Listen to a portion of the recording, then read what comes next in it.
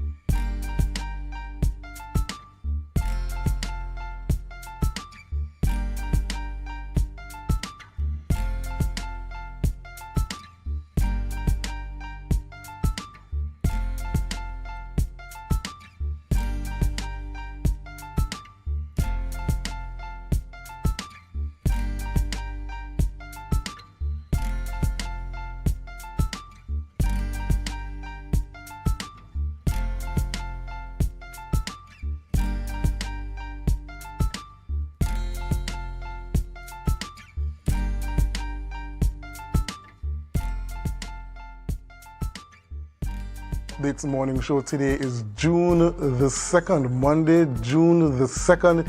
Yes, we are into a new month, the 6th month of the year already. Yes, time is flying. I hope you were well rested for the weekend and you're ready to go for the first work week in June. I hope you're up. You had your food, you had your breakfast, you had your tea, coffee, or whatever it is that gets you started in the morning. We have some discussions to have this morning. We're going to have an extended interview this morning with a very interesting individual, public figure. And we'll get more into that later on. But for now, we head to the news in 90 seconds. Thank you, Akinlabi. Here is your news in 90 seconds for Monday, June 2nd, 2025. Frank Sandy, 74, of Moncton George, Tobago, was fatally shot by an off-duty police officer who claimed Sandy tried to break into his home and charged at him. Sandy, who suffered memory loss, may have mistaken the officer's house for his own after a disoriented early morning walk. His daughter Melissa said Sandy was unarmed, frail and incapable of violence. She criticized the police's treatment of her father both before and after his death. The family has little faith in justice but hopes for accountability. Officers of the Tobago Division are investigating the incident. Up next, on May 30th, 2025, Tobago Police destroyed a marijuana field worth an estimated $525,000. Around 300 cannabis plants were found on a quarter-acre plot in a forested area off Bel River Road, Belgarden. The operations, conducted between 5 to 8 a.m., was led by PC Antoine and involved the Tobago Divisional Task Force and Special Investigations Unit. A camp and drying rack were also discovered. The field was destroyed and investigations are ongoing. Senior officers, including Woman ASP Acting Sharon Williams and Woman Inspector Bacchus, coordinated the exercise. And finally, the One Caribbean Music Festival failed to deliver on its promise, leaving fans disappointed at the Queen's Park Savannah on Saturday night. Headliner Vibes Cartel was a no-show due to promoter mismanagement issues. News of his absence broke hours before the event, sparking concerns among fans. Despite gates open at 9 p.m., the first live act appeared after midnight. Local and regional performers like Joshua Regalo, Chronic Law, and Lady Lava tried to salvage the night, but with missing acts like Sizzler and Melidon, patrons were visibly frustrated. And that was your news in 90 seconds. Thank you very much, Biana, for that news in 90 seconds. And I heard a news story talking about the unfortunate shooting of the pensioner in Moncton George. It's really unfortunate that these kinds of incidents, this is the second type of kind of incident of a police shooting for the year in Tobago, and I know a lot of persons are very concerned with those developments, and we hope that the TTPS would be able to have a investigation into the matter, and that we come to a conclusion of what really transpired in Moncton George. Yes, yes. It was really unfortunate for Trude, and you know, when I saw the age, I said, I thought probably, was a mistake, but then after the news came across on the air, and I was like, my gosh. Yes, it's really, a lot of persons have a lot of questions concerning the matter, and we hope that the investigation will be carried out and there will be as much transparency as possible, because we know that there is the lingering matter of a lack of trust in the police service in Trinidad and Tobago. Right, and as the daughter said, she hopes that there's some level of accountability where that situation is concerned. Yes, we really hope so. Yeah. But in more uplifting news, we had a good performance at the Miss World competition over the weekend, Abiana. Yes, Akinlabi. Though we were not in the first 5, we were in the first 10, Miss Trinidad and Tobago, Annalise Nanton. So congratulations to her for, showing Trinidad and Tobago on the world. Yes, and I'm really heartened by her performance, because for a while we were really down there. We weren't doing too well at these global competitions, beauty pageants. But over the past few years, we've been getting back into our stride and really starting to come back up to the top, back up to where we were in the 90s with persons like Michelle Khan and Wendy Fitzwilliams and so forth, and Margot Bourgeois and those kinds of persons. Yes. So I really like to see that we're really getting back to where we used to be in terms of our performances at these global beauty pageants. Yes. Okay, well, thank you very much, Biana, and I hope that you have a productive and safe day, and I hope you take that energy into the rest of the work week. Yes, same to you. All right, ladies and gentlemen, so it's that time of the morning. It's that time where we celebrate with those who are celebrating. It's time for our birthday shout-outs.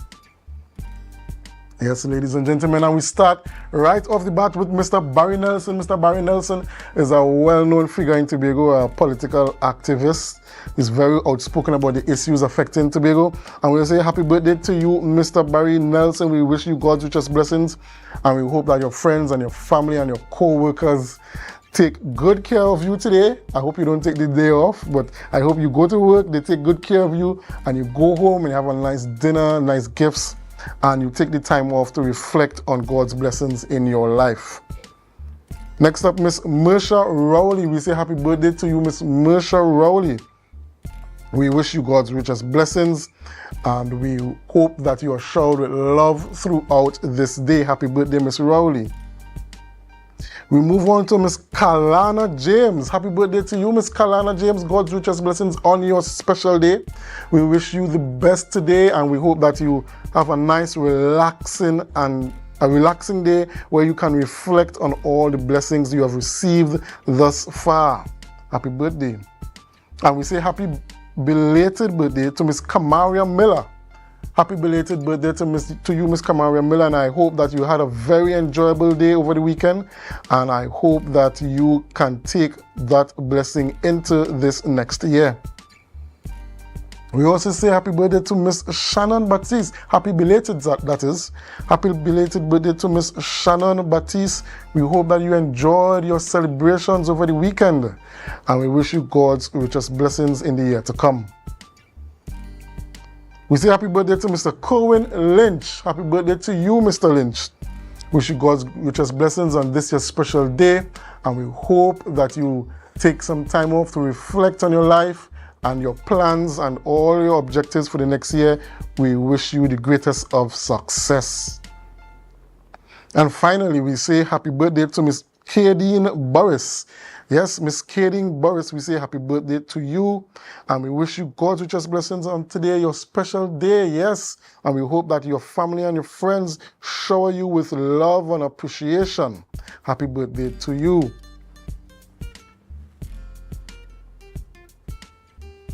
Yes, ladies and gentlemen, and for those of you who are celebrating, whatever you're celebrating, you can share it with us, and we will share it with Tobago and with the world. So, for today's discussion, we have in studio on the line with us this morning, Mr. P.S. Robinson, who's a political strategist and consultant, and we will be discussing the ongoing matter of the new TRHA ambulances. Yes, the new TRHA ambulances. But before we do that, we have to go on a break. So do us a favor, share the live, share the live, share the live. We'll be right back after these messages with Mr. Robinson on The Inside. When the game is on, You don't want to miss the best moments. With AMPLIA TV, you can enjoy our ultimate sports package and watch your favorite games on the go. Stay connected and informed with sports news, scores, and stats with AMPLIA's fastest internet speeds. Up to 1 GB fiber internet, you can stream riveting football action, cricket, NBA games, and much more. With AMPLIA, it's game on. Visit amplia.co.tt or call 800-4663. AMPLIA. Do more, live more. Are you in a dispute with a registered investment service provider of the TTSEC? Or maybe you're the victim of an investment scam? You can lodge a complaint or submit an anonymous tip to the Trinidad and Tobago Securities and Exchange Commission. Download our Investor Protection app or go to ttsec.org.tt to access our complaint form or submit an anonymous tip. Write a clear. Courts is well known as the Caribbean's largest retailer, providing consumers for generations with the very best products to enhance their homes. This year, we bring our expertise to businesses. Courts Business Solutions will serve small, medium, and large companies with the very best products at the most competitive prices, backed by warranties and after-sales support. Hoteliers, office managers, restaurants, and so many more. Courts Business Solutions, a brand of the Unicomer Group. Tobago, this is your chance to lock in the brunch experience of the summer. Sun up. Real bad girl get nasty. The brunch inclusive edition, the ultimate party in the East, where vibrant flavors, refreshing cocktails, and electrifying vibes collide. It's happening on Saturday, July 5th from 3 p.m. at Deltec Compound, Argyle. Bring your coolers, bring your crew, and brunch, sip, and vibe in style. This is the flavorful escape you've been waiting for. Grab your tickets now at Barcode, Pablo Supermarket, Lost Restaurant and Lounge, Deltec Compound, and committee members. Sun up. It's more than a brunch. It's an experience.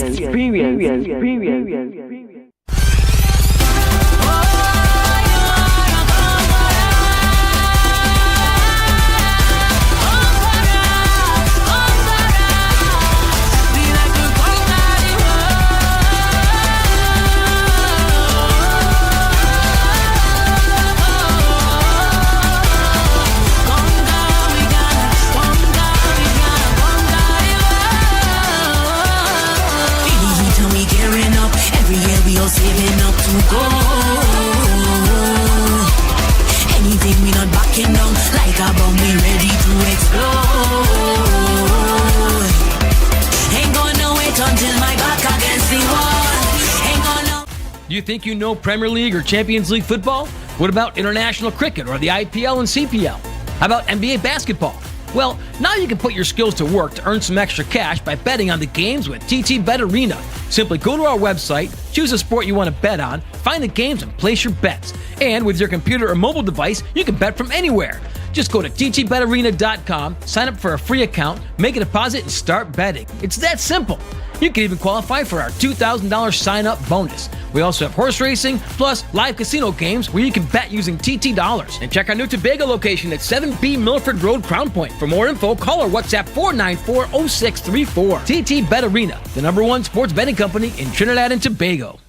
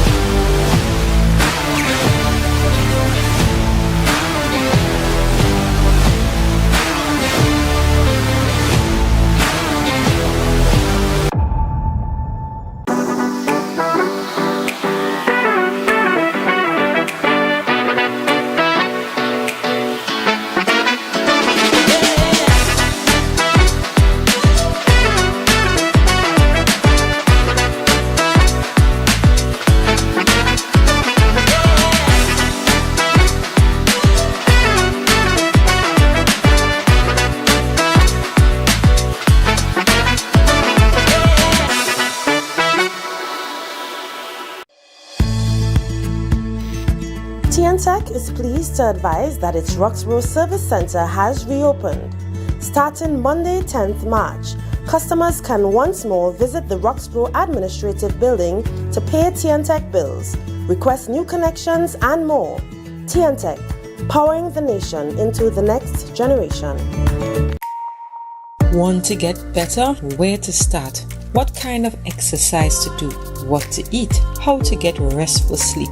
Need a doctor to search for root cause? Look no further. Come to Majuba Hill Lifestyle Center Foundation at our wellness center in Goodwood, or Food Hub in Darrow Springs, Scarborough, or doctor's office in Goodwood and Darrow Spring. Contact 49 Swift 4979 438.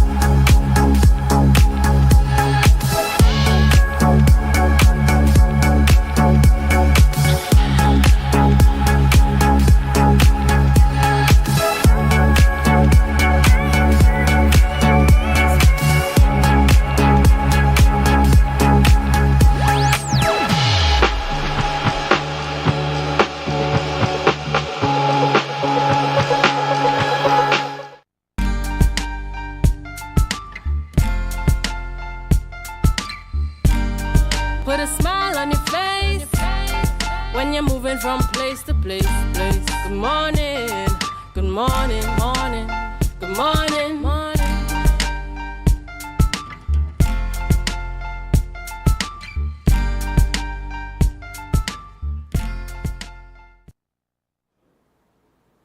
Good morning and welcome back to the Tobago Updates Morning Show. And we have on the line with us Mr. P.S. Robinson. Yes, Mr. P.S. Robinson, who is an investigative journalist. And he recently broke a story regarding some ambulances and some issues being faced by purchase of a number of ambulances by the Tobago Regional Health Authority. Good morning, Mr. Robinson, and welcome. Good morning. How are you? So you can hear me clearly, Mr. Robinson? Yes. Now, Mr. Robinson, I know that you would have made some claims concerning the ambulances, that the ambulances are defective and they're not roadworthy, they don't have approvals in terms of their safety to carry passengers and also for the staff that will be operating the ambulances. Can you just give us some insight into why you are saying these ambulances are dangerous? Okay, so before I do so, I have to actually set the context, right? Well, first of all, good morning, Tobago, and thank you for welcoming into your homes this morning. I appreciate you, Akinlabi, and of course the team at Tobago Updates, because you're doing an important role in playing your part as the fourth estate and informing Tobagonians about the issues that matter. Now, I have to begin by saying that as somebody who believes in service, right? Somebody who believes that public office is not a reward, it's a responsibility. We have to look at what took place that unfolded with the Tobago Regional Health Authority as totally and utterly scandalous. What it is, it represents a warning when public officials, such as the secretary, treat accountability as though it is an option, when truth is buried under bureaucracy. And I would have hoped that Tobago Updates would have played some of the clips that I shared with you this morning to set the context so that I could break it down, right? But when truth is buried under bureaucracy and people are told to accept what they did not ask for, such as these ambulances, which I'll get into in a second, right? And we're told to remain silent when we know better. That's unacceptable, right? The thing is, Tobago paid for ambulances that were supposed to be Isuzu ambulances, right? These, what ended up turning up in Tobago was a bunch of scrap metal, right? all that glitters is not gold, and it certainly was a bootleg attempt to deceive Tobagonians. The TRHA originally procured Isuzu ambulances, as I just mentioned, right? Yes. And that's what was evaluated. Sorry, did you say something? No, I was going to ask you, so why do you say the ambulances are not roadworthy? Right, because basically when the procurement came before the TRHA, they were procuring Isuzu ambulances. What ended up actually occurring is that upon delivery, it was something totally different. So they slap paint on a 1980s bus-up van, paint it white, and you call it new, and all of that for $17 million. And Mr. Contractor's laughing all the way to the bank. He money inside, and your money is gone. So These force... So, Mr. Robinson, do you have documentation to prove that these ambulances are not roadworthy, or allegedly not roadworthy? Yes, so in fact, having spoken to a number of staff members at the TRHA, right, they have, I've seen quite a number of documents, in fact, that shows from the very beginning to the very end, all of the procured documents was for the Isuzu vehicles. So at no point in time, right, were we talking about forced travel ambulances. These forced traveler units were never designed to be ambulances, and when they were retrofitted with oxygen tanks, fuel systems, and these medical components that were mandated by our regulations, it didn't take into account that the design of these vehicles from the manufacturer in India is for much more lightweight equipment. And so one of the reasons that I decided to forcefully address this matter is because these vehicles don't have proper fire suppression mechanisms. They're not internationally certified. They're the bottom of the barrel. They're unstructurally unsound, right? And they're not designed for the requirements of Tobago. It is a recipe for disaster. And I want to say very, boldly this morning to all Tobagonians gathered, do not step foot into these vehicles. Not a toe, not a limb, not a stretcher. It is a recipe for disaster. But Mr. Robinson, if they desperately need to get to the hospital, they'll have to go into the ambulances. So are you suggesting that you're putting the lives of Tobagonians, Akinlabi, at risk when staff members at the TRHA have been protesting since 2024, even before this came, right? Because the original idea of the procurement department, before this contractor was slotted in at the end point, was that you're going to phase the ambulances purchase, right? In batches of 4, okay? Yes. So you get it, you assess it, you determine if it's suitable, you do your relevant tests, and then of course, if it satisfies the criteria, then of course it can, be used. But what was found and what was objected to in the procurement department across the TRHA was that this was not what was agreed. This is not what Tobago paid for, right? $17 million went running somewhere, and then you're left with something that is structurally unsound, where people's lives are at risk, where you're putting things and connecting things with an unstructurally unsound vehicle and putting people's lives at risk.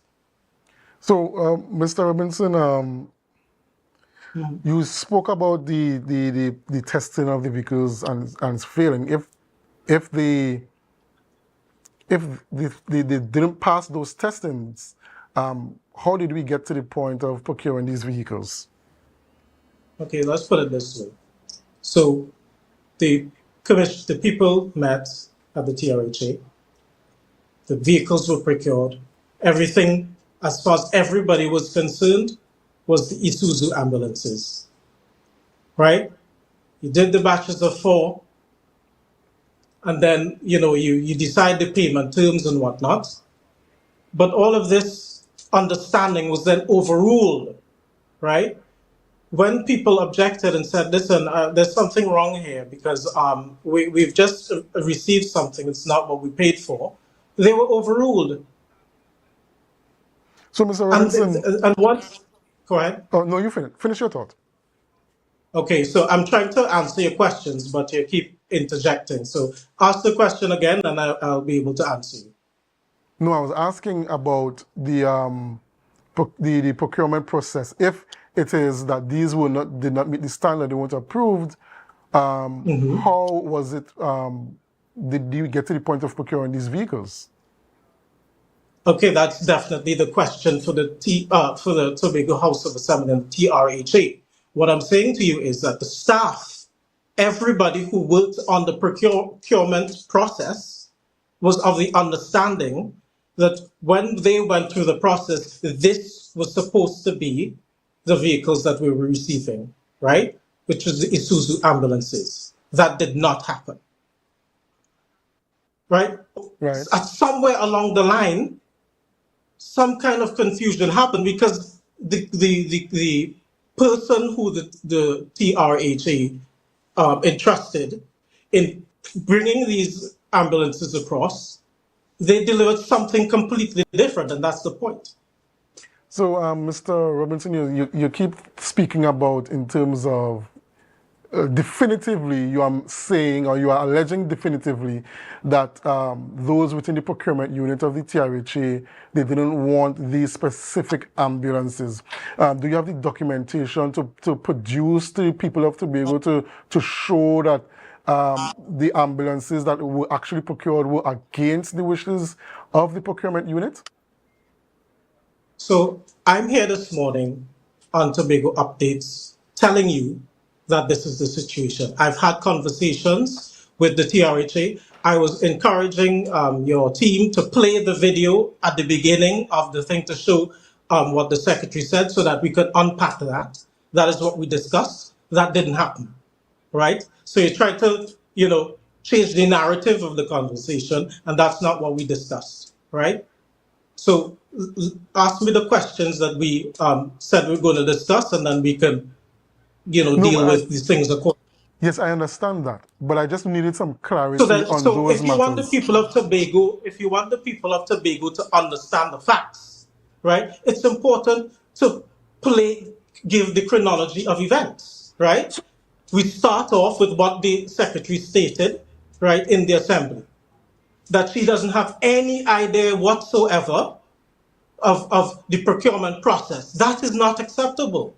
She doesn't know how the decisions were made, but $17 million of Tobagonians' money was set outside for ambulances that are butter. Okay? That is not good enough, because according to Section 41(1)(c) of the Tobago House of Assembly Act, any expenditure over $1 million must be approved by the Executive Council. And that is where we begin. So that's where we begin. And so that's why it's important to, in unpacking these things, to start from the beginning and try to unpack these things. There's been, go ahead. Robinson, right now the technical team is working on getting those videos lined up to be played, but in the meantime... I sent it since yesterday. I cut it up for you. I sent it since yesterday to be prepared for this morning. I understand that, but they're working on it right now to get it played. But in the technical team had some time, right? And I did advise that I could come here tomorrow so that you have time to put things, and you said, no, we'll have everything ready. So that's not acceptable. So anyway, go ahead, please. Yes, I understand your concerns, but I was just letting you know that if you want to give Tobagonians the facts, right, it's important to be honest with the way that we're doing stuff. We had a conversation. This is how it's going to go. You didn't stick to that. So go ahead. Okay, Mr. Robinson. So continuing on the conversation, you are stating also, you're alleging also that the TRHA board is illegal. Could you expound on what you mean by that? Absolutely, it's simple. The TRHA board's term expired in January 2025.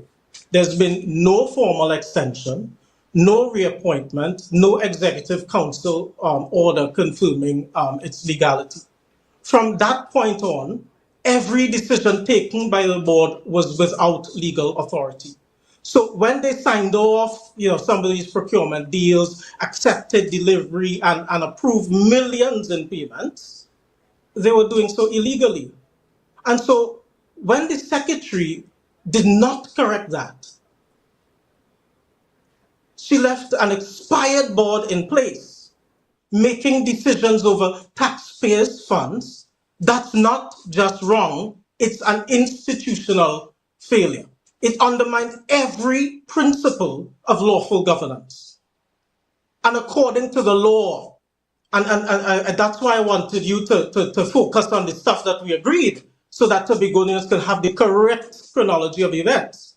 And if Tobagonians want to understand that chronology, go on my page. I did 1 to 5. You can see it for yourself. According to the law, once a board's tenure ends, it must either be reappointed or reconstituted by the appropriate authority so that it may act lawfully. This did not happen. Mr. Robinson. Instead, the board has continued to meet to approve spending and, crucially, to oversee procurement decisions, even though its legal authority no longer exists. Okay, and I'm concerning... But hold on, let me just explain something, right? Yes. In plain language for Tobagonians. Imagine you're part of a union and your elected executive term ends. If they stay on without re-election, without ratification, without legal mandate, every MOU they sign, every benefit change, every wage negotiation is invalid. Why? Because they have no legal standing. And if they try to act anyway, it is a breach of the law and an insult to the members, just as this is an insult to Tobagonians. This board should have been stood down. The secretary had the power and the responsibility to regularize the board status and even advocate for them to operate within the law. She didn't. She allowed an expired board to continue operating, and every decision they have made is why we are here today. And it is the Tobago Regional Health Authority staff who have been coming to me. This information come out from nowhere, You feel I just woke up in the morning and regurgitated this. This is from inside the belly. Tobagonians are coming forward because they are seeing wrongdoing taking place. And it is time and I commended you guys in the beginning. But the way that this is going, I don't think it is as genuine as it could be. Mr. So if you want me to deal with the situation in this way, we can, right? Mr. Robinson, we have to go for a break, but when we come back from the break, we'll continue the conversations. Stick with us, viewers. We'll be right back after these messages. But do us a favor. Share the live, share the live, share the live for these messages.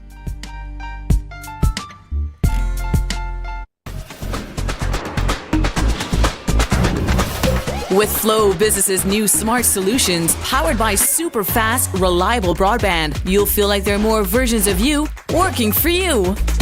From website design, development, and digital marketing to promote your business, 24/7 business class support to cloud solutions, security, and more. Multiply your growth today.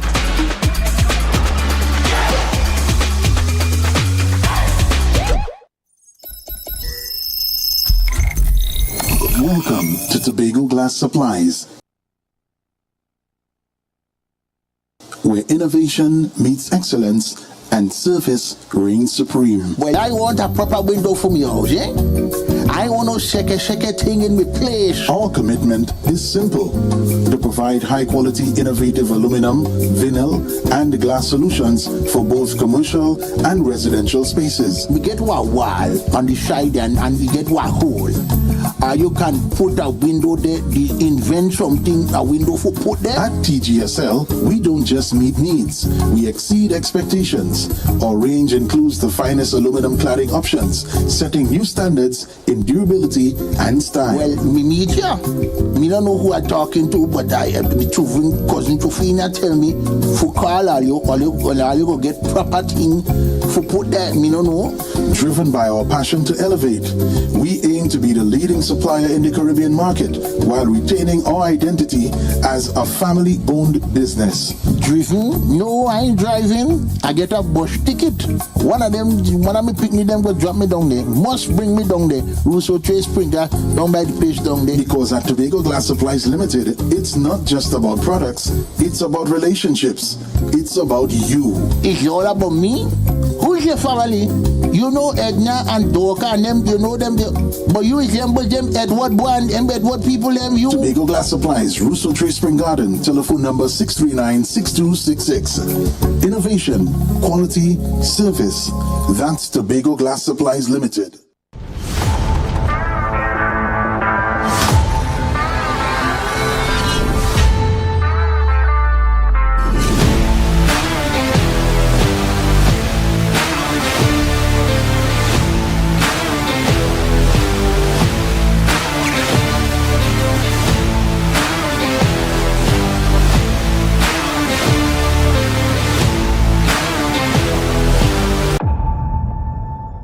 Are you in a dispute with a registered investment service provider of the TTSEC?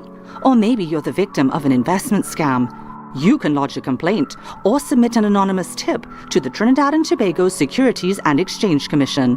Download our Investor Protection app or go to ttsec.org.tt to access our complaint form or submit an anonymous tip. Write a clear summary of your complaint. Submit copies of supporting documents along with the originals for verification. Provide a copy of the feedback received from the entity regarding your complaint. All investor complaints or scam reports submitted by the public are acknowledged and reviewed by the TTSEC. Investigations are pursued based on the outcome of the review. Trinidad and Tobago Securities and Exchange Commission, protecting the interests of investors and the public. You invest, we protect. Everyone benefits. Do you think you know Premier League or Champions League football? What about international cricket or the IPL and CPL? How about NBA basketball? Well, now you can put your skills to work to earn some extra cash by betting on the games with TT Bet Arena. Simply go to our website, choose a sport you want to bet on, find the games and place your bets. And with your computer or mobile device, you can bet from anywhere. Just go to ttbetarena.com, sign up for a free account, make a deposit, and start betting. It's that simple. You can even qualify for our $2,000 sign-up bonus. We also have horse racing, plus live casino games where you can bet using TT dollars. And check our new Tobago location at 7B Milford Road, Crown Point. For more info, call or WhatsApp 494-0634. TT Bet Arena, the #1 sports betting company in Trinidad and Tobago. Coconut's Cafe, the buffet restaurant that specializes in all your tasty local dishes. For breakfast and for lunch. Breakfast includes coconut bake and sada roti, served with chokers, bull joil, and sausages in tomato sauce. Not forgetting beef and cheese pies, shepherd's pie, macaroni pie, and rice in various styles. Meat served in a variety of flavors, garden salads, and pasta salads. All this accompanied by fruit juices, coconut water, your choice of a great combination to appease your taste buds. So call us today to order, as we are here to accommodate your busy schedules or if you are having a cooking day off. MI4 Security Services Company is the most advanced security service in Tobago. Ask about our cash and transit service. It's safe, risk-free, reliable, and timely. We provide safe banking delivery for all business types and sizes with highly trained staff, 24/7 monitoring, coordinated emergency response, and a well-maintained fleet of armored vehicles. Contact us at 660-7723 or visit our website at www.mi4securitytt.com to sign up today. So guys, there are some new developments in housing in Tobago. So it's goat racing time. This is 116, the show that keeps you in the know with all things Tobago House of Assembly. Each week, 116 delivers a fun and engaging overview of the latest developments, achievements, activities, and events of our dynamic assembly. So join me. Let's dive into the Tobago House of Assembly's Week in Review right here on 116.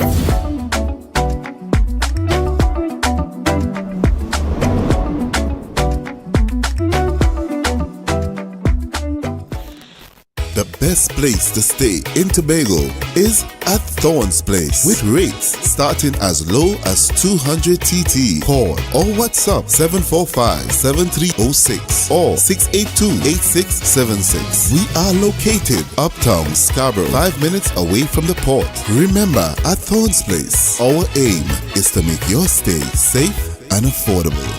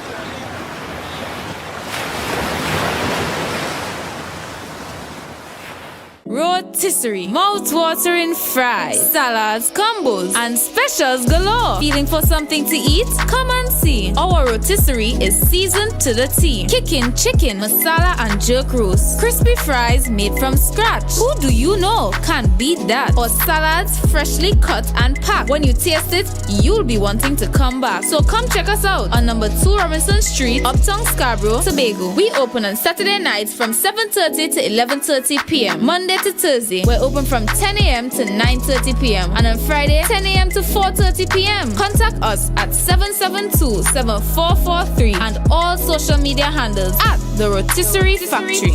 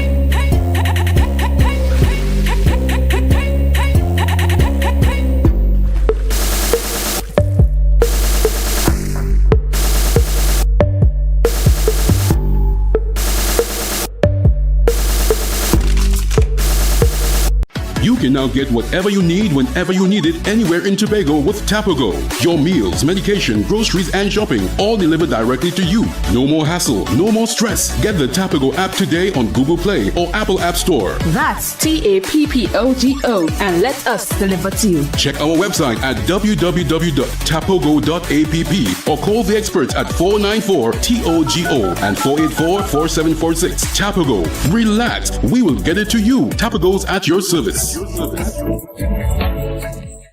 a different type of thing down there. And we party till we drop down there. With a lot of pretty girls down there. Down in Tobago.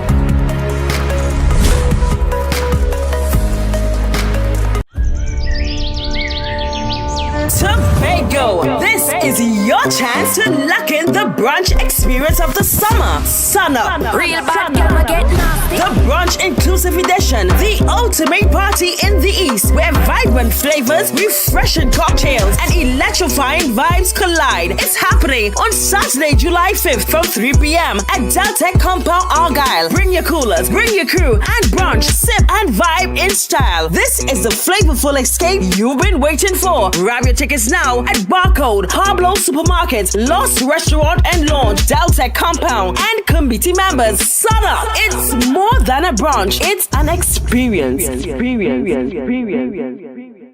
Quartz is well known as the Caribbean's largest retailer, providing consumers for generations with the very best products to enhance their homes. This year, we bring our expertise to businesses. Quartz Business Solutions will serve small, medium, and large companies with the very best products at the most competitive prices, backed by warranties and after-sales support. Hoteliers, office managers, restaurants, and so many more. Quartz Business Solutions, a brand of the Unicomer Group.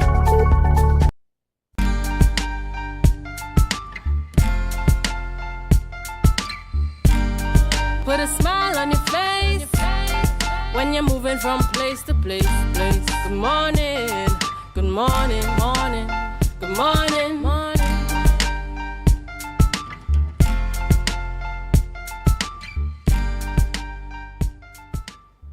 Welcome back to the Tobago Updates Morning Show, and we continue the conversation with investigative journalist Mr. P.S. Robinson. Good morning, Mr. Robinson, and we want to continue the conversations. Firstly, okay, are you all ready to play the Has the technical team found the videos so that we can start from that point? Or are you still struggling with the videos that I cut up for you already? Yes, I want to apologize for the technical problems. It doesn't seem as if we'll be able to play those clips. You can play it. Okay, because if we had played the videos that I sent and cut up for you guys, what Tobagonians would have seen was the secretary making a statement, a video that I edited for you guys to explain my part of the situation so we could focus on the issues. It's important to give Tobagonians the facts and not skew the record. I understand that people have THA jobs that they're trying to protect, right? But let's not skylark this morning, right? So what I'm going to do is I'm going to explain the situation and you'll give me the opportunity to do that. Please, thank you. Because you can't plant peas and expect to reap corn. We can't keep making the same bad decisions and expecting good outcomes. Not in healthcare, not with taxpayers' money, and certainly not with people's lives. And if anybody in the THA or the TRHA feels that they're going to put Tobagonians' lives at risk by putting them in a bus-up ambulance, are going to come back there and stop it. Right? Yeah, Tobago paid for a fleet of bus-up Rakatang vehicles that are 2 nudges away from an explosion to serve its people. We're going to give you the opportunity, Mr. Robinson. And no, you're going to give me the opportunity to speak because you didn't do so just now. I'm giving you the opportunity to explain the circumstance. No, I'm Go giving ahead. you the space to go ahead and explain the circumstance. We just don't have the videos to play, but I'm giving you the space to Well, that's explain the unfortunate circumstance. because you had the time and you had a long break just now. I thought you're getting the things in game. And what arrived instead was a line of vehicles that nobody approved, nobody requested, and by the TRHA's own standards should never have been put on the road. Every document, every timeline, every voice from within the TRHA tells the same story. This was not our decision. This was imposed on us. I am not here for the setup, okay? Because this was a setup. I told y'all, get the things in gear. I can come tomorrow if you're not ready. You said, no, Mr. Robinson, please, please. I'm here because truth is being twisted. The Secretary of Health stood in the Tobago House of Assembly and told Tobagonians that the TRHA is a private company. It is y'all who has to say, actually, Secretary, you're wrong, right? The TRHA is not a private company. That was a deliberate attempt to distance herself from a decision that risked public safety. We have to speak plainly now, because you got me to that stage. These ambulances are not fit for the public. Nobody is to go with them. And if you want to put Tobagonians in there, put your own family. Don't put the rest of the nation at risk. These forced traveler units delivered to Tobago are the lowest grade of ambulance on the international market. They are not certified under any recognized international emergency vehicle code. They were never designed to carry oxygen cylinders that we imposed in it, right? These are lightweight things from India that is designed for a low kind of setting, not for our setting. The bodies that were retrofitted hastily with no certified compression systems, no proper ventilation, and no separation between the oxygen tanks and the fuel sources, that is a recipe for disaster. We cannot sit here and throw that under the thing. The secretary said, she has no business, it's not her business. What do you mean? This is a fire risk, it is an explosion risk. There are people inside the TRHA, someone who risked his own job. Let us have respect for Tobagonians. You've worked in the THA. You know that people are afraid to speak out, and that is why they came to me, to stand tall for them.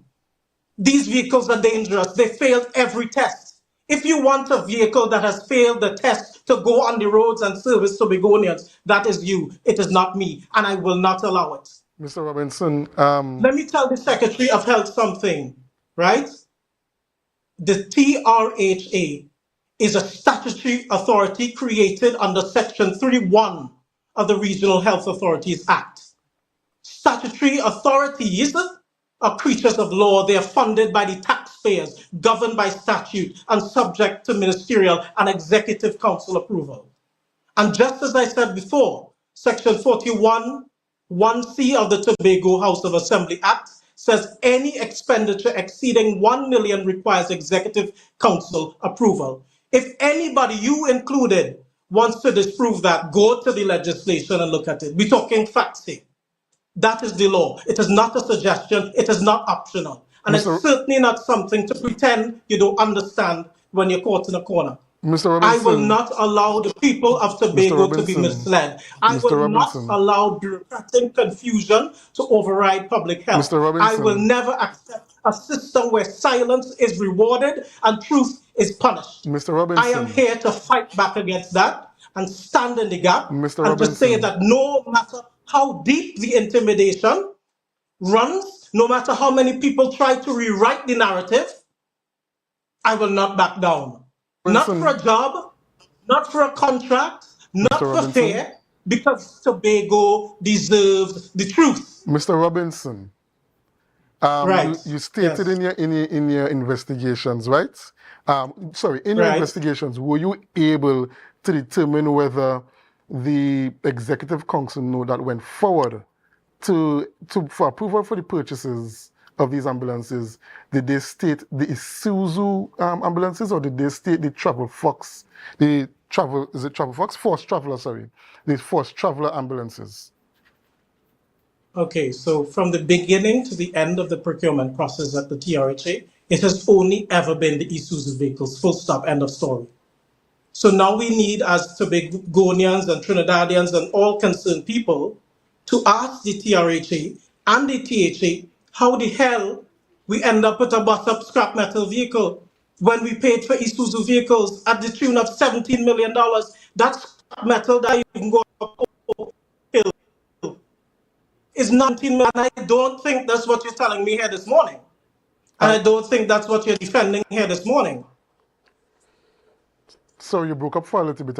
I missed what you said there. I said, I don't think that is what you're defending here this morning or telling me this morning. Before that scrap metal that can't even go up the hill in Hope, that's shutting down, right?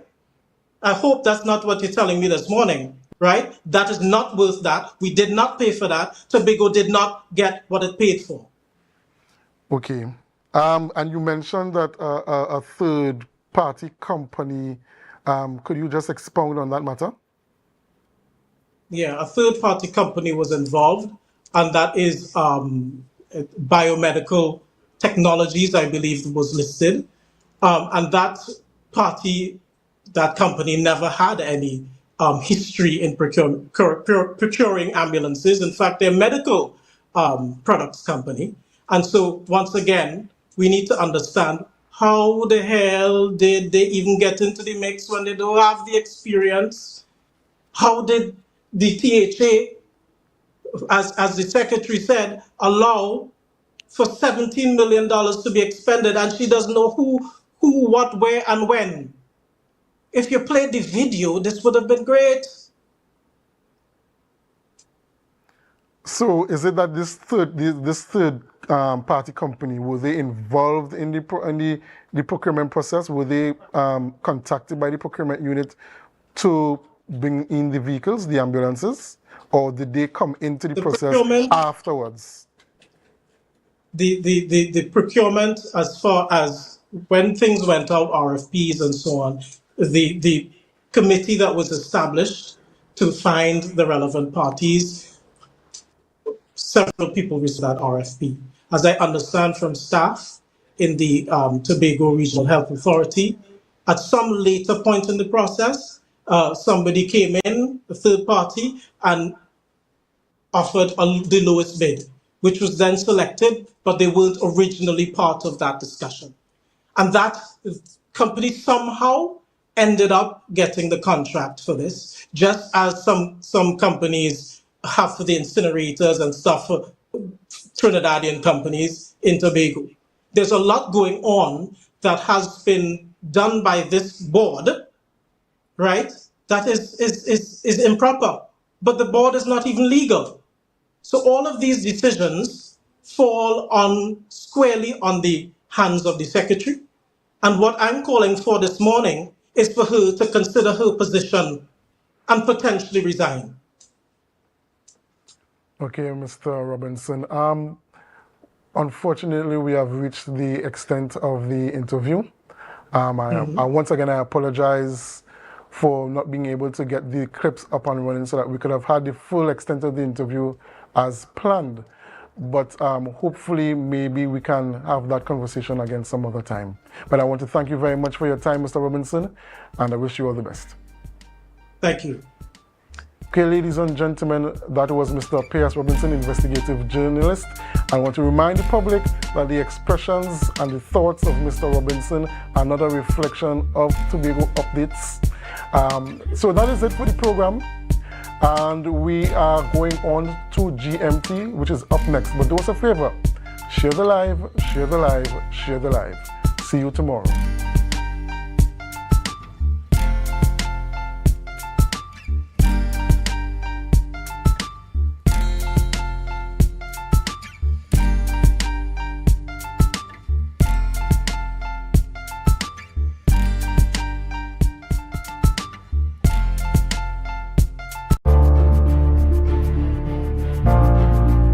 You're viewing Tobago Updates Television, your exclusive gateway to Tobago, broadcasting the beauty of this island paradise to the world.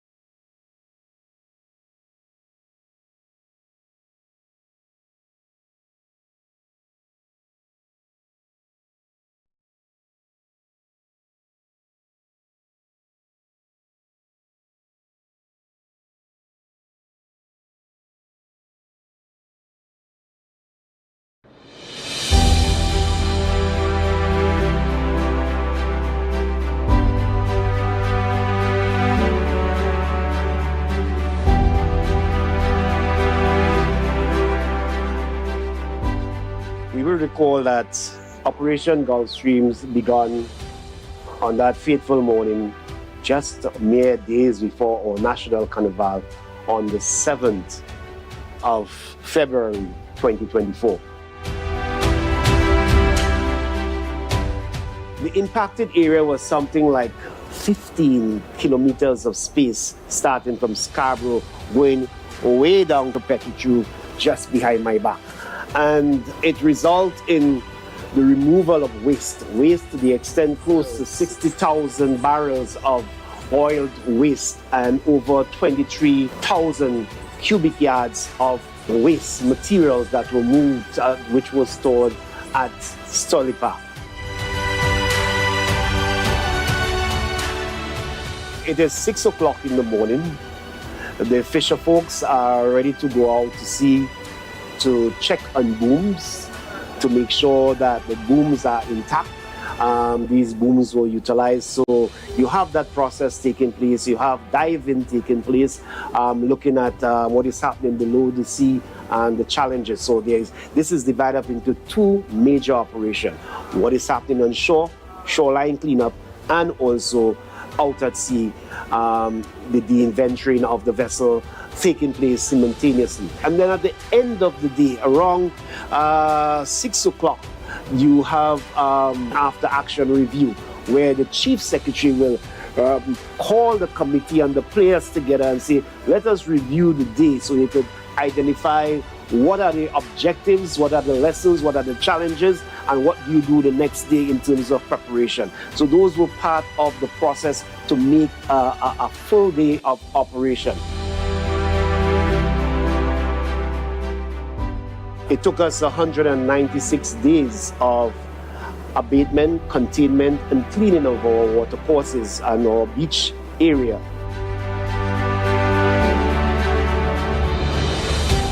After we would have dealt with the shoreline cleanup activities, the ministry had a responsibility to now take care of the vessel. That process they call de-inventory. The de-inventory exercise saw also another close to 30,000 barrels of liquids being extracted, or what you call hydrocarbon. That depository into the Scott Mulchan vessel, that activity took some 77 days of activities to take place, and this is where we are today.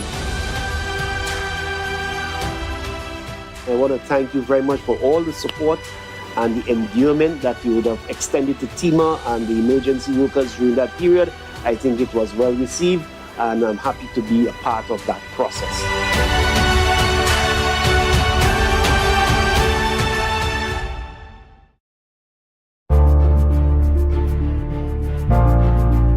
You're viewing Tobago Updates Television, your exclusive gateway to Tobago, broadcasting the beauty of this island paradise to the world.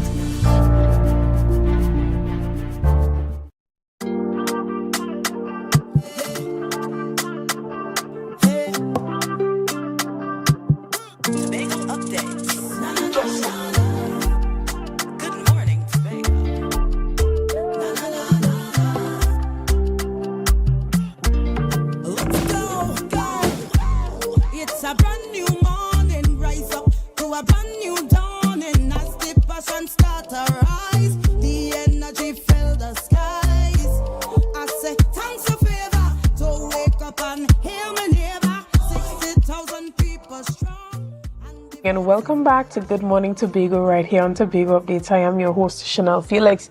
I know whenever you see me sitting here, it's because we're about to have those conversations that you want to have while I ask those questions that you want asked. But before we get into this morning's interesting topics and conversations, let's have our news in 90 seconds. 74-year-old Frank Sandy of Mount St. George, Tobago, was fatally shot by an off-duty police officer who claimed that Sandy tried to break into his home and charged at him. Sandy, who suffered memory loss, may have mistaken the officer's home for his own after a disoriented early morning walk. His daughter, Melissa, said Sandy was unarmed, frail, and incapable of violence. She criticized the police's treatment of her father both before and after death. The family has little faith in the justice system but hopes for accountability. Officers of the Tobago Division are investigating the incident. Additionally, on May 30th, 2025, Tobago police destroyed a marijuana field worth an estimated $525,000. Around 300 cannabis plants were found on a quarter-acre plot in a forested area off Bell River Road, Belgarden. The operation, conducted between 5 and 8 a.m., was led by PC Antoine and involved the Tobago Divisional Task Force and Special Investigations Unit. A camp and drying rack were also discovered. The field was destroyed and the investigations are ongoing. Senior officers, including WASP Sharon Williams and Inspector Backus, were coordinating this exercise.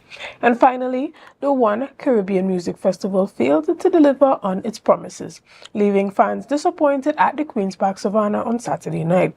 Headliner Vybz Kartel was a no-show due to promoter management issues. News of his absence broke hours before the event, sparking concerns among fans. Despite gates opening at 9 p.m., the first act arrived after midnight. Local and regional performers like Joshua Rivaldo, Chronic Law, and Lady Lava tried to salvage the night, but with missing acts like Sizzler, Mali Dunn, patrons were visibly frustrated. And that was our news in 90 seconds. Now this morning we're talking about the arts, we're talking about performance, we're talking about culture. And to have that conversation with me this morning, I have the privilege of sitting in studio and chatting with Miss Ascala George. Good morning and welcome. Good morning, Chanel. Good morning, Tobago. So you are representing your fellow Tobagonians in this year's First Citizens National Poetry Slam. Is this your first time participating in the competition? How long have you been involved in arts and culture in this way? And how has it been for you thus far? All right, so that was a nice question. Now, I have been a spoken word artist for quite some time.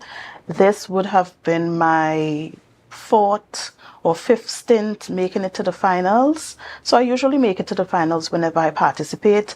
However, I am not the only Tobagonian that participate in this competition. We have as young as Sai, who participated, to even Cameron Bruno and other Tobagonians who have participated before. This competition, I believe, is in its 15th year of operation. It's held by Boca's Lit Fest, but sponsored by First Citizens Bank. And I have been in the competition maybe since its inception and consistently partaken. Wow. And so, even as it comes down to the finals, how many persons are in the finals? And are you the only Tobagonian in the finals? It's usually 15 persons are usually in the finals. 14 persons would have qualified for the finals, and then you will have the 15th person being the one who is defending their crown. Okay. In the finals, we had about 3 Tobagonians in the finals, so it is a beautiful thing to see our country represented as a twin island. Tobago voice is there on the stage. Spoken word like speech ban is a voice for the voiceless, so Tobago does have representation. Right. I mean, but in addition to doing spoken word, you have been involved in the arts in many other ways. You have tried to merge arts, culture, and education. Tell us a bit about that. Okay, so for me, there isn't any separating of the two. So I love education, I love children, I love art, and I love uplifting my island and uplifting the people of my island. And I feel like Tobago is a very cultural place, from speech ban to carnival, to harvest, to our many different traditions. And so I felt that it was my duty to also add to the preservation and promotion of culture, and I would have done that through visual art. I'm a painter. I would have also done that through graphic design. I design students' alphabet charts, number charts, storybooks, all Caribbean centered. And of course, I was part of the Black Hat Poetics, which is a spoken word group out of Bishop's High School. Right. And how important is it for you to offer a certain level of access to maybe underprivileged youth to be able to have the level of exposure to the type of visual art that you do, and to allow them to understand that this is a lucrative pathway to take? Yeah, that's a good question.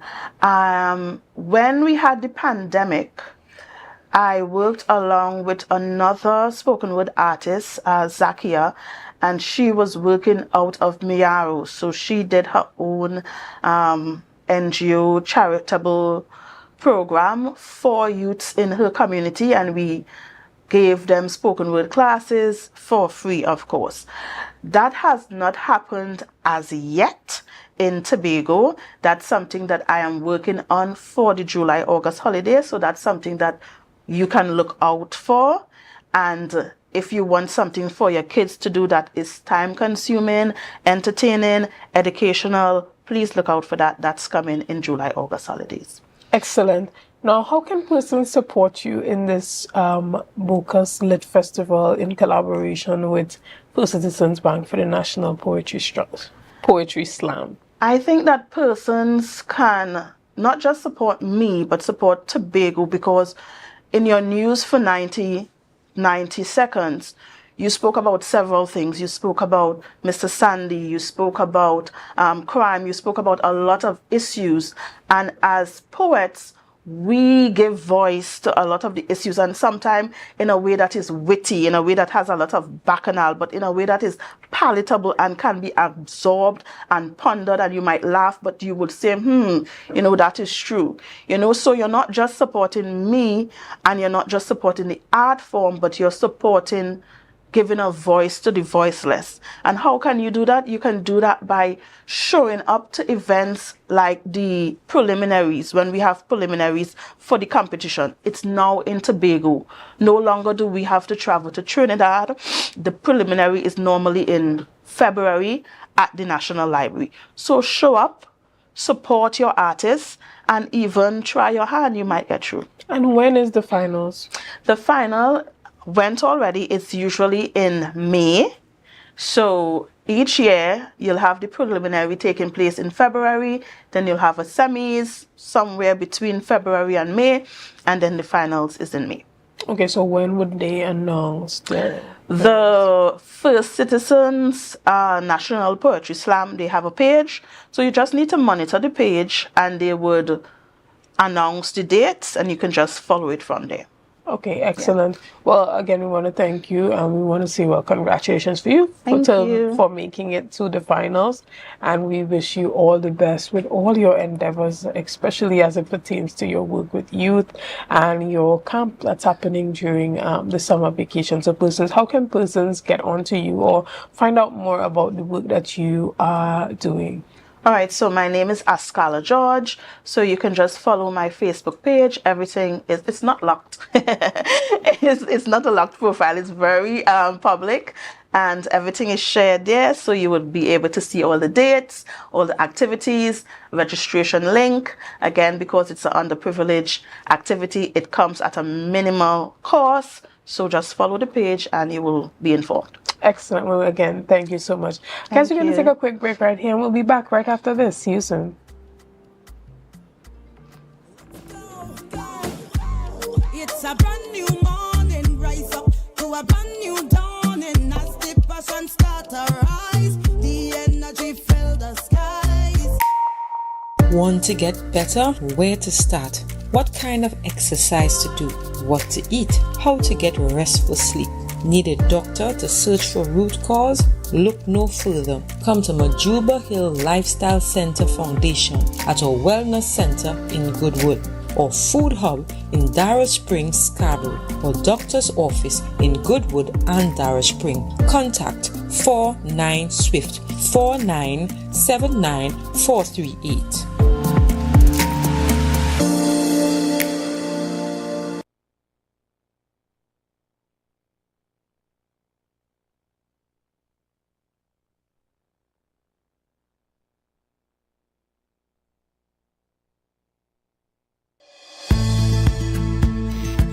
TNTech is pleased to advise that its Roxborough Service Center has reopened.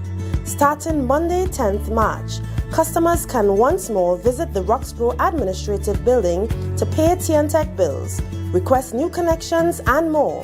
TNTech, powering the nation into the next generation.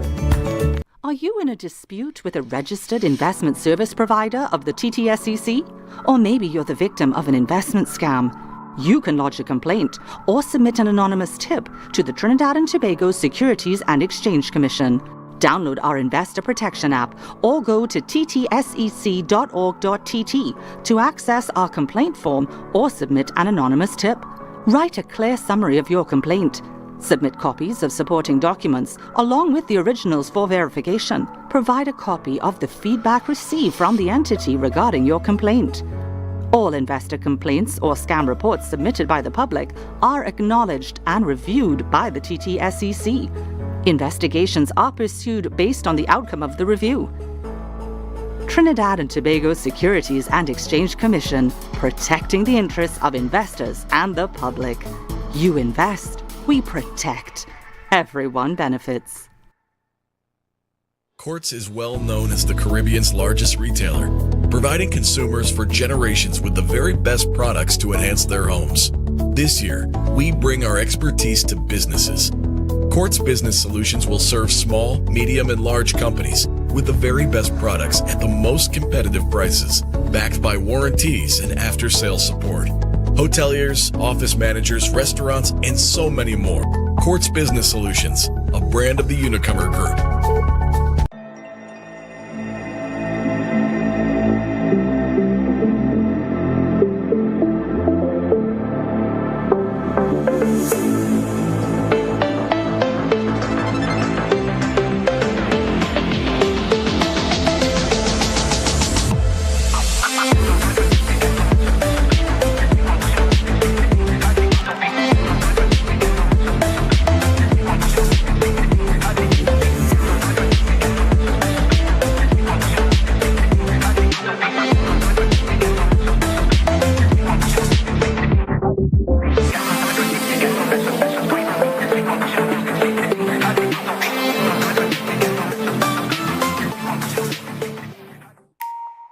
Want to get better? Where to start? What kind of exercise to do? What to eat? How to get restful sleep? Need a doctor to search for root cause? Look no further. Come to Majuba Hill Lifestyle Center Foundation at our Wellness Center in Goodwood, or Food Hub in Darrow Springs, Scarborough, or Doctor's Office in Goodwood and Darrow Spring. Contact 49 Swift 4979 438.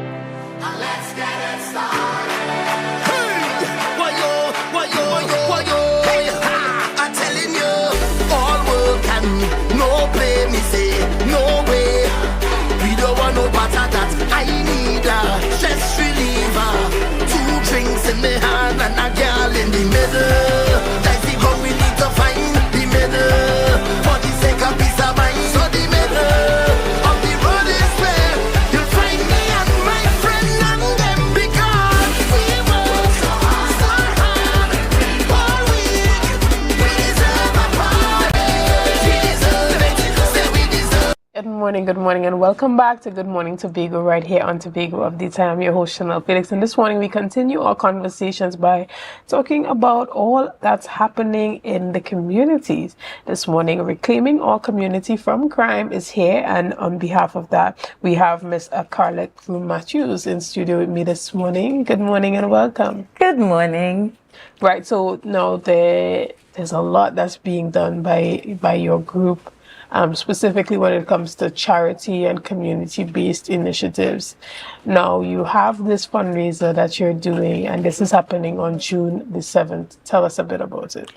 So, we are having a pool party. It's a Kula Fete at the Police Association building. It's on, as you said, on June 7th. Gates open at 9 p.m. We have fun vibes. We ask that you come with your vibes, come with your coolers, no glass bottles. We will give you the ice and the chaser at a cost, of course. And we are trying to raise some funds so that we can assist our youth in the communities. We have a lot of activities lined up for the July-August period, particularly for the boys, especially those who would have completed the SCA exam.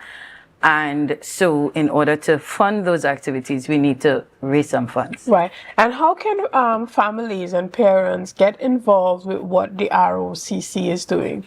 Right. So we have our Facebook page, Rock the Island.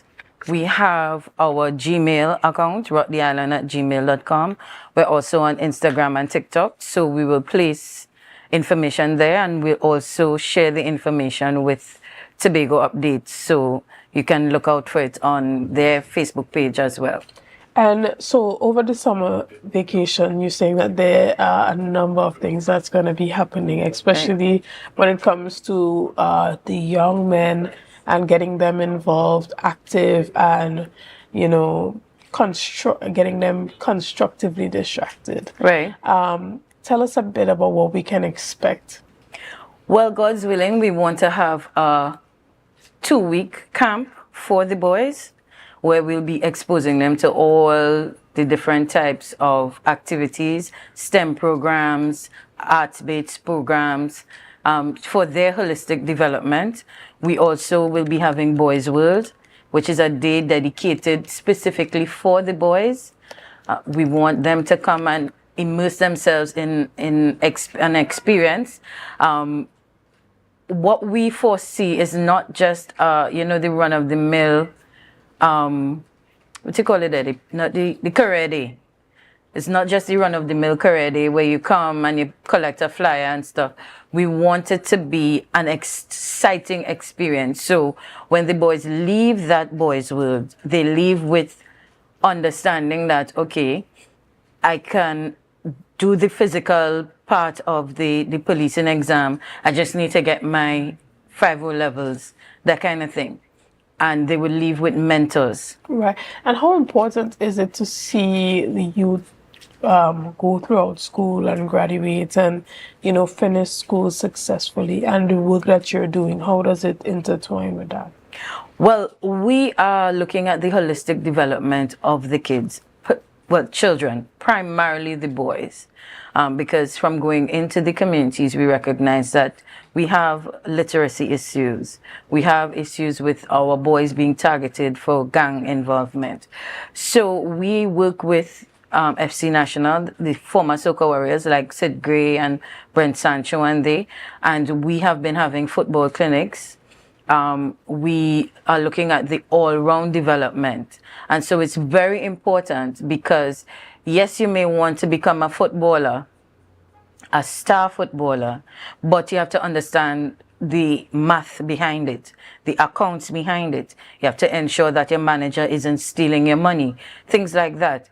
We want to expose the boys to literacy classes, to communication classes. So when scouts come, and they will come, you can represent yourself eloquently. You don't need someone else to speak on your behalf. So that's what we're looking at. We're looking at a holistic development of the children, primarily the boys. And so we'll be working with the schools, with the parents, with the communities, with the clubs to help to bring that adage back where it takes a village to raise a child. When does the registration open?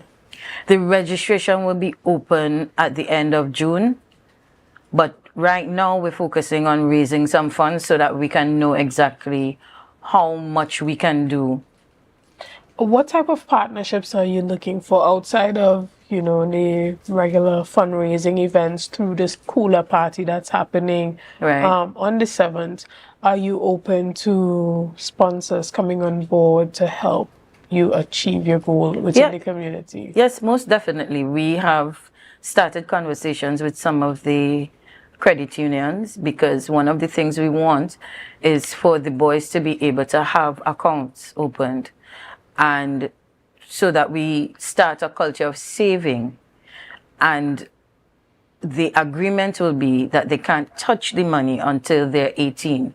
So you have to fulfill some requirements before the money could be released to you, right?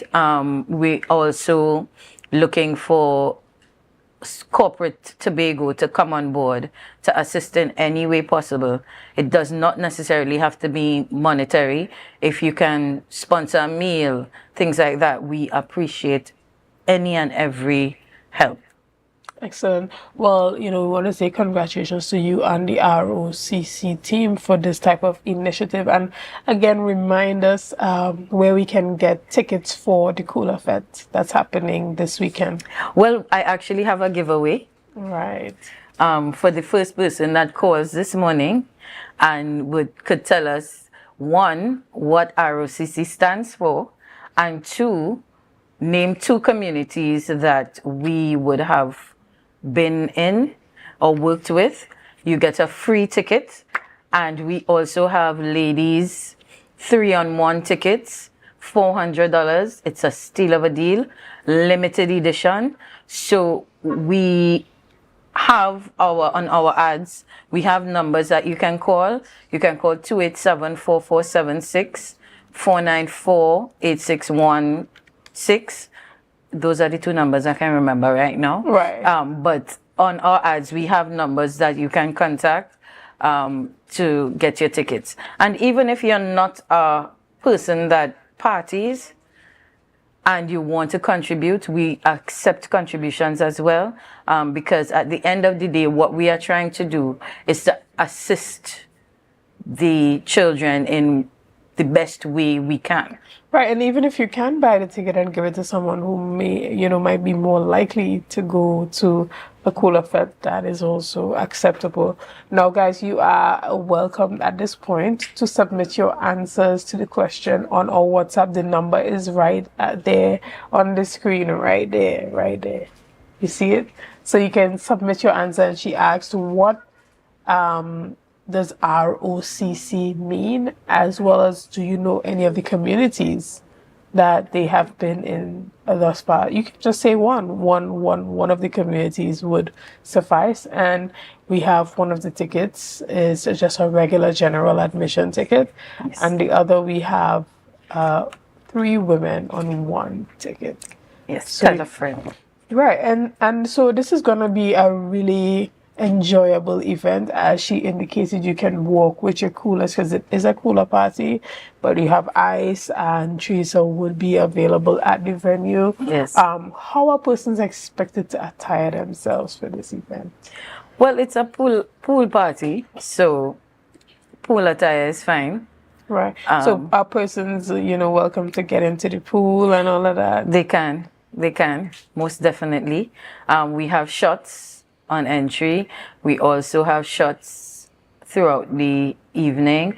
We have little surprises. We have foam. We have a hookah station, not hooker, but hookah station for those who want to try that. So we have whatever it is that you need for the vibes to flow. All we need for you to do is to bring your coolers, bring your friends, bring your vibes. Excellent. Well, again, guys, this is your opportunity to submit your answer to our WhatsApp so that you can be a part of this event. Remember that you can also share with a friend and use this as an opportunity to come out and have a great time this weekend. All right. So again, we want to thank our representative from the ROCC, Mrs. Matthew, and she has her tickets here, and she is welcoming you all to come out and have an excellent time as they rock the island. Yes. Guys, we're going to take a quick break right here. We'll be back right after this. So see you soon. It's a brand new morning, rise up to a brand new dawning as the passion starts to rise. When the game is on, you don't want to miss the best moments. With AMPLIA TV, you can enjoy our ultimate sports package and watch your favorite games on the go. Stay connected and informed with sports news, scores, and stats with AMPLIA's fastest internet speeds. Up to 1 gigabyte fiber internet, you can stream riveting football action, cricket, NBA games, and much more. With AMPLIA, it's game on. Visit amplia.co.tt or call 800-4663. AMPLIA. Do more, live more. MI4 Security Services Company is the most advanced security service in Tobago. Ask about our cash and transit service. It's safe, risk-free, reliable, and timely. We provide safe banking delivery for all business types and sizes with highly trained staff, 24/7 monitoring, coordinated emergency response, and a well-maintained fleet of armored vehicles. Contact us at 660-7723 or visit our website at www.mi4securitytt.com to sign up today.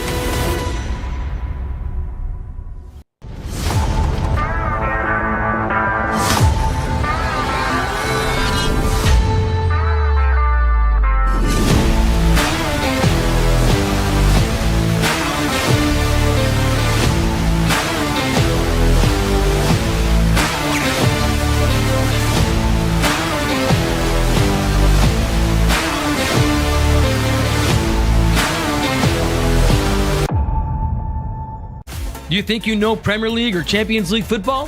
What about international cricket or the IPL and CPL? How about NBA basketball? Well, now you can put your skills to work to earn some extra cash by betting on the games with TT Bet Arena. Simply go to our website, choose a sport you want to bet on, find the games and place your bets. And with your computer or mobile device, you can bet from anywhere. Just go to ttbetarena.com, sign up for a free account, make a deposit, and start betting. It's that simple.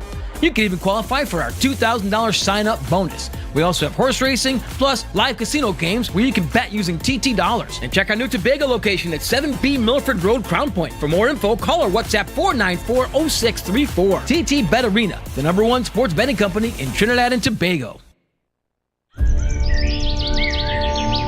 Tobago, this is your chance to lock in the brunch experience of the summer. Sun up. Real bad girl, we get nasty. The brunch inclusive edition, the ultimate party in the East, where vibrant flavors, refreshing cocktails, and electrifying vibes collide. It's happening on Saturday, July 5th from 3 p.m. at Deltec Compound, Argyle. Bring your coolers, bring your crew, and brunch, sip, and vibe in style. This is the flavorful escape you've been waiting for. Grab your tickets now at Barcode, Harblow Supermarket, Lost Restaurant and Lounge, Deltec Compound, and committee members. Sun up! It's more than a brunch, it's an experience.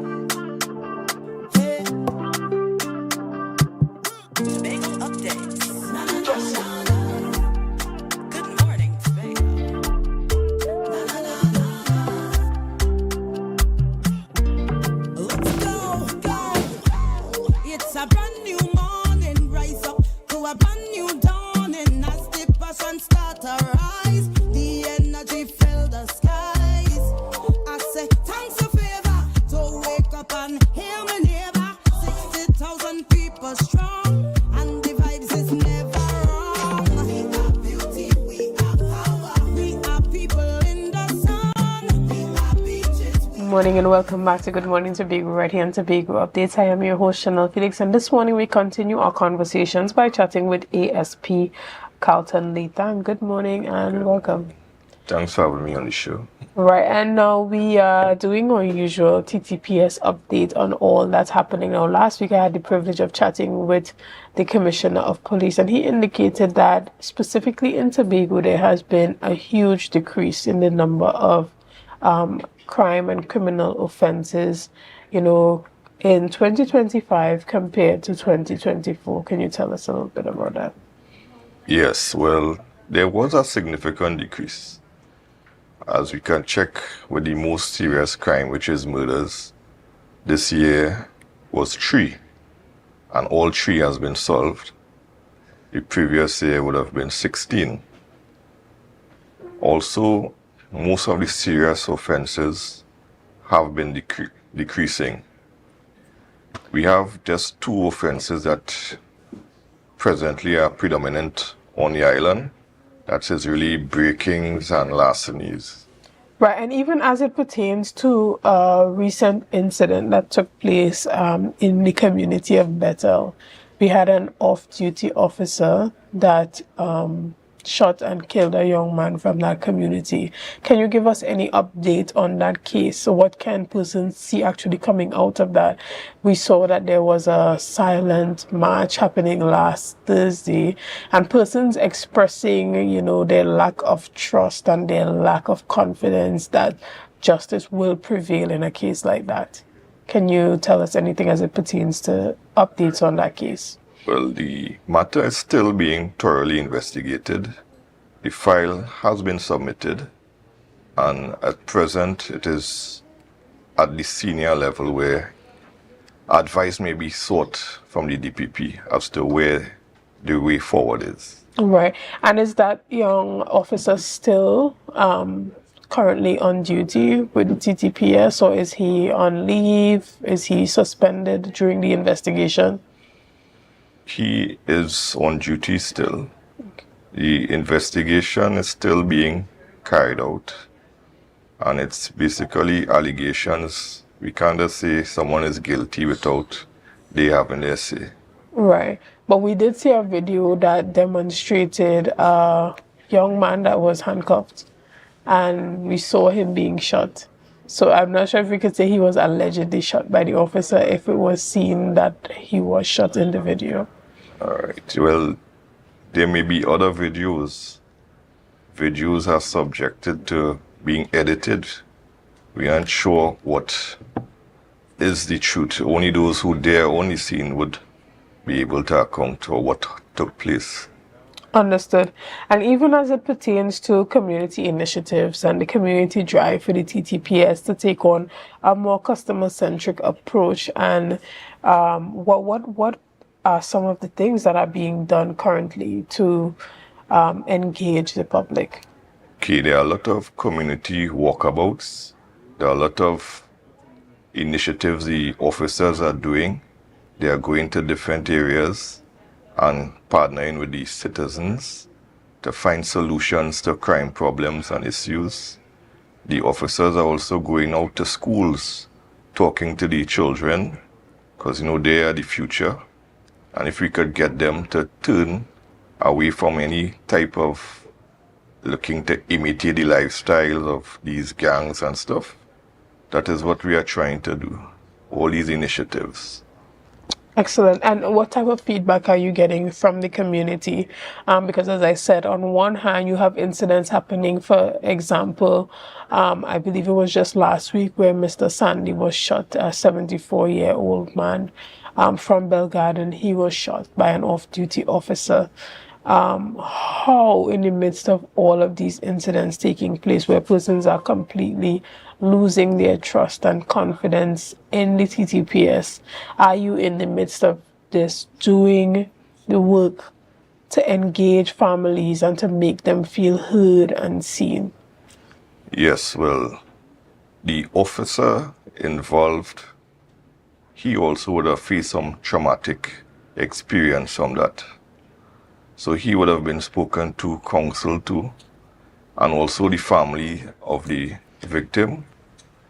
We also express our condolences to those families who would have lost loved ones.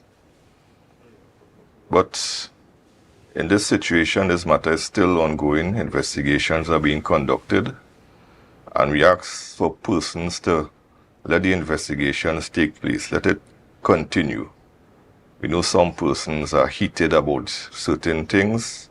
Well, let us operate with a cool head. Understood. And what are some of the key updates that we should be looking forward to from the TTPS currently? All right. Well, there was a major drug bust where a field of marijuana was destroyed in the Belgarden area. Approximately $525,000 worth of marijuana was destroyed by the Tobago officers. There are other initiatives in place for drug eradication ongoing. And you find that these investigations and initiatives have been successful thus far, specifically as it pertains to capturing the persons involved, because we often hear about the bust, but we don't always hear whether or not persons are arrested in connection with that particular investigation and case. Okay, sometimes you get the information that there's drugs in an area. You do your surveillance, but They have a time to operate in. People also are surveilling the police. They know they have the illegal things put in place there, and they have eyes around watching too to tip them off. So most times they don't really get to hold someone unless they have proper intelligence. Then you can do that.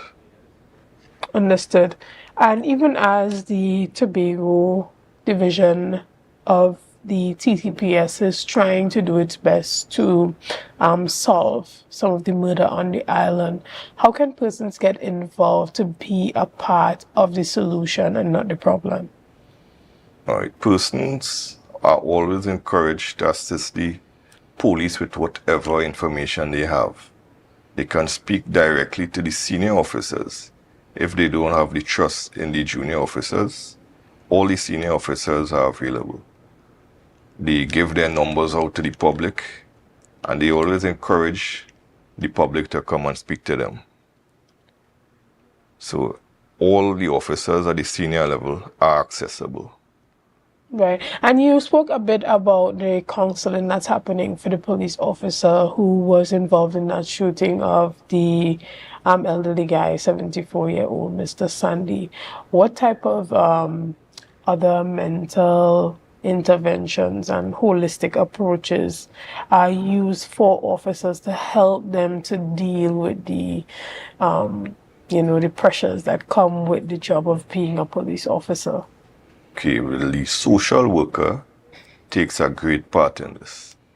So they refer to the social worker and they work through the issues they have, whatever problem, and find solutions to those problems. Excellent. And even as it pertains to violence in schools, we saw recently a number of activities happening as it pertains to violence on the school compound being recorded, being circulated on social media. What is the TTPS doing at this time to help curb those occurrences? Okay, as I said earlier, the officers are going to the schools and lecturing to the students. They always speak about bullying and those other types of things that are happening in the school. They try to guide the youths on the correct path. But remember, in the schools, police are not there 24 hours. So we are seeking assistance from all the teachers, even the parents. When your children come home, you speak to your children, guide them around the correct path. And what can be done, or what is the TTPS trying to do as it pertains to, the circulation of these type of materials online and on social media? Because we're seeing a prevalence of those videos going viral and they being shared. And we know that, in the moment it might seem entertaining and interesting, but it has a lasting impact on the psychology of the students involved, particularly the victims. When you have to live it in one instance. You have to live being bullied, being jumped, being beaten by a group of persons, but to relive it over and over again by it being shared online. What is the TTPS doing as it pertains to that? And is there any way that parents can try to get these videos scrubbed from the internet? Okay, well, the TTPS has their officers looking at these types of videos, and they always speak to the people who post them up to try to get it removed. Because we know it will have impacts on persons who are bullied. Because it comes like you're just seeing it over and over and over.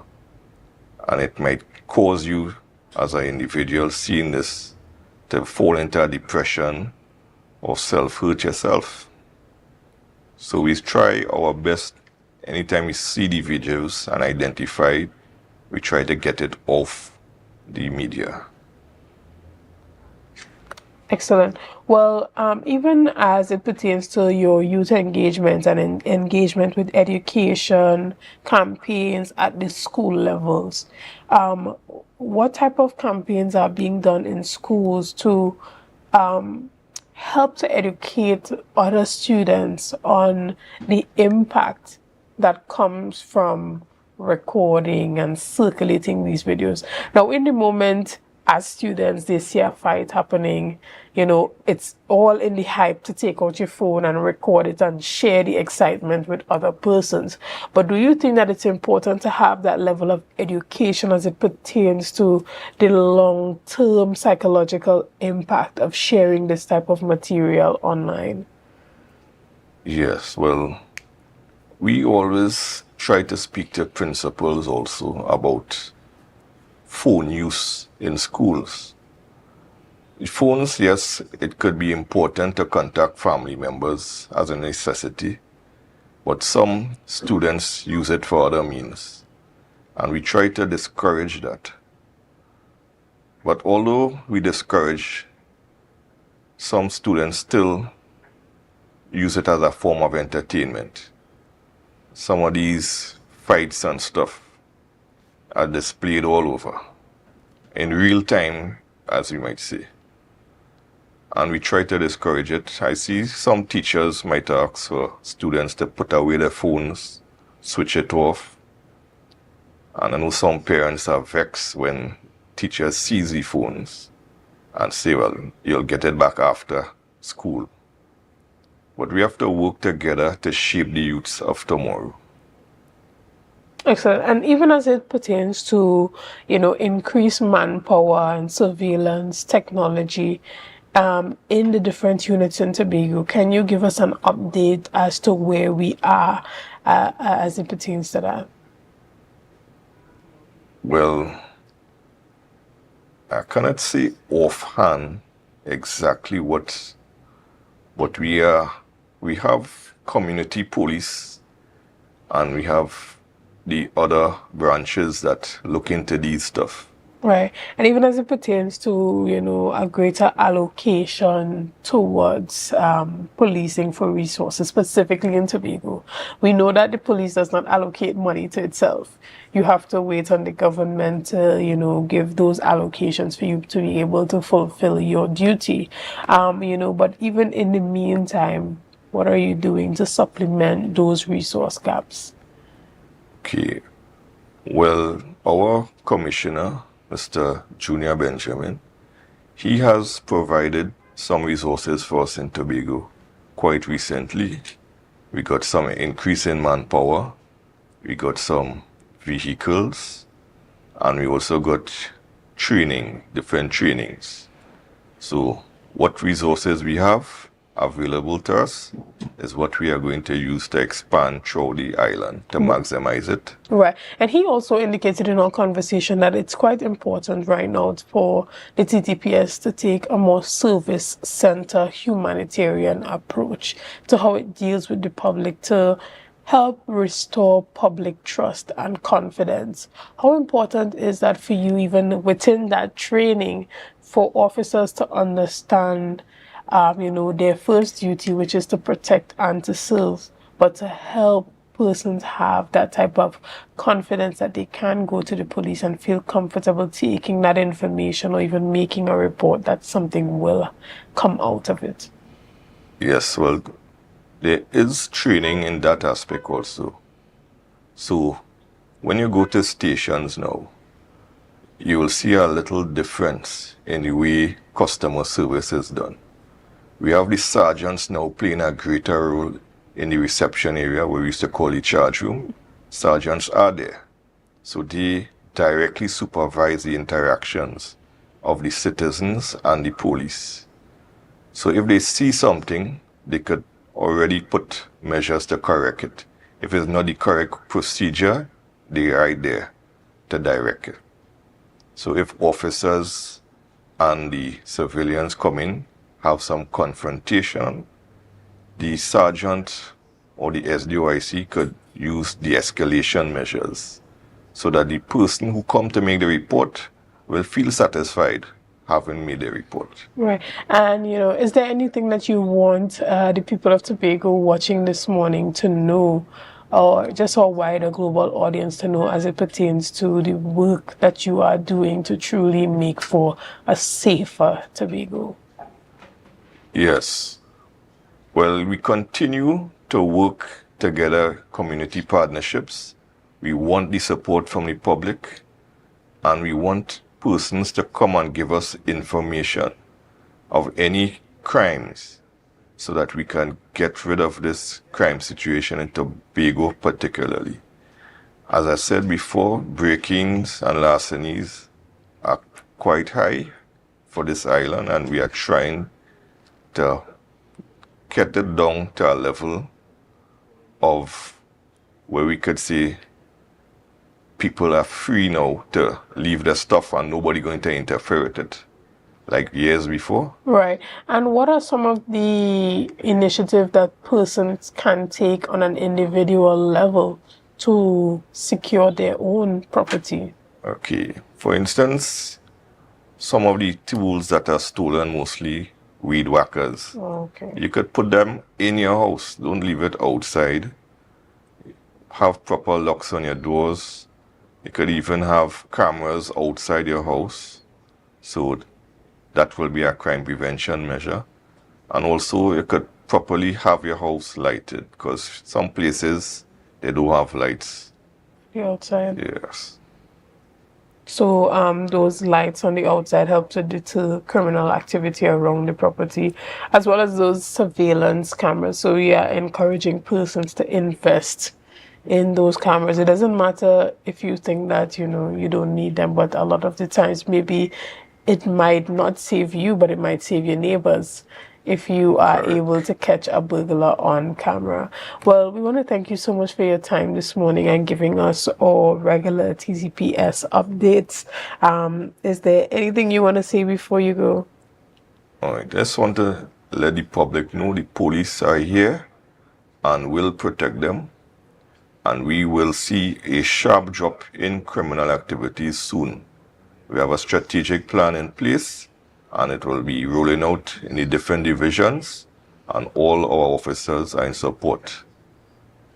Excellent. Well, guys, we want to thank you so much for being a part of this morning's conversations. We want to thank you for your likes, your shares, and your comments. And again, thank you to the TTPS for ensuring that they give us our monthly updates. We always look forward to hearing what is happening on the island, especially as it pertains to fighting crime. And we are happy to hear that there has been a huge reduction in the number of serious crimes this year compared to last year.